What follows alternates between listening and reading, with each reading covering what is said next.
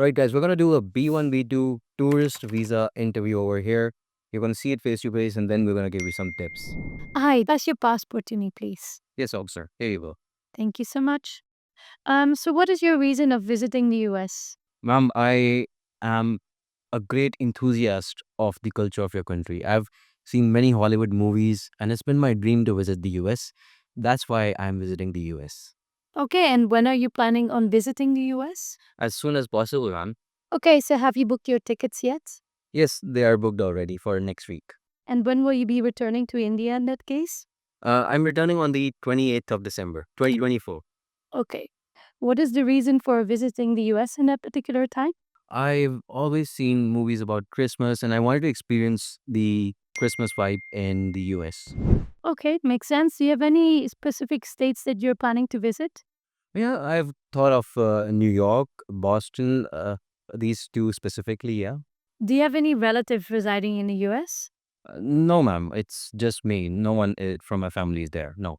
So how will you be funding your trip?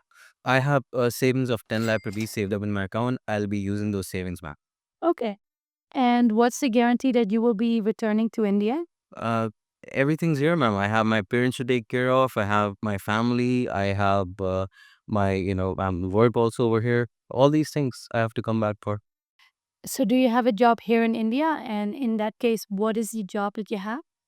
Um, I currently don't technically have a job. I'm a chef.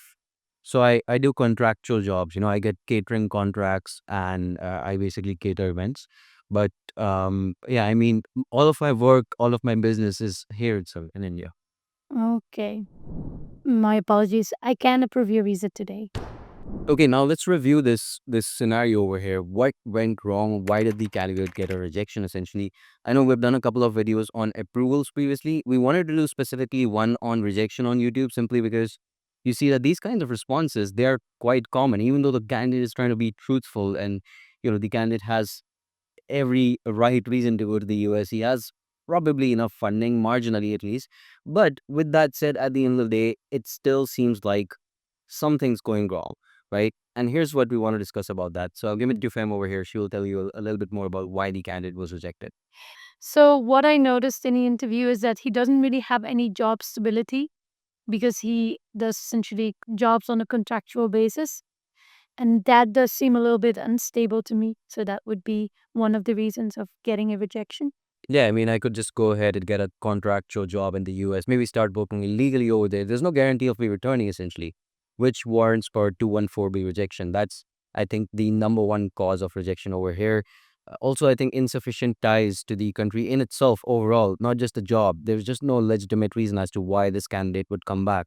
There's just no, it seems like he's just fleeing essentially because he has the money in his account. He is in his savings to basically go, right? Also, the tickets, they're already booked and they're booked for 1 week. Whereas even if he gets the approval today, it sometimes takes 1 week to get your passport back. I mean, you can try to expedite it, you can try to push the people, but at the end of the day, you should not usually be booking your tickets essentially. And especially in the case of the US, I know for European countries, sometimes it can be different, but for the US, we shouldn't already have the tickets booked Yeah. unless and until you actually have a visa or you have an emergency where you know that you're going to get the visa in all cases. So in this case, it's not an emergency. The tickets are already booked. It seems a bit of a red flag over here to me as well. Also, the plans were to be visiting essentially Boston, for example, but it wasn't really clear as to what exactly he was going to be doing in Boston. There was no really specific plans. Even though the tickets were booked, there was no mentioning of hotels, for example, or any particular activities he was going to do.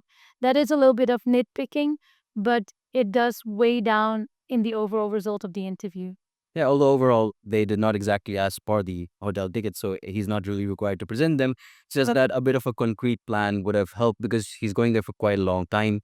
If he had to go for Christmas itself and he's leaving next week, probably he has 25 days over there, right? It seems a bit of a fishy endeavor essentially. Yes. So those were just some of the reasons.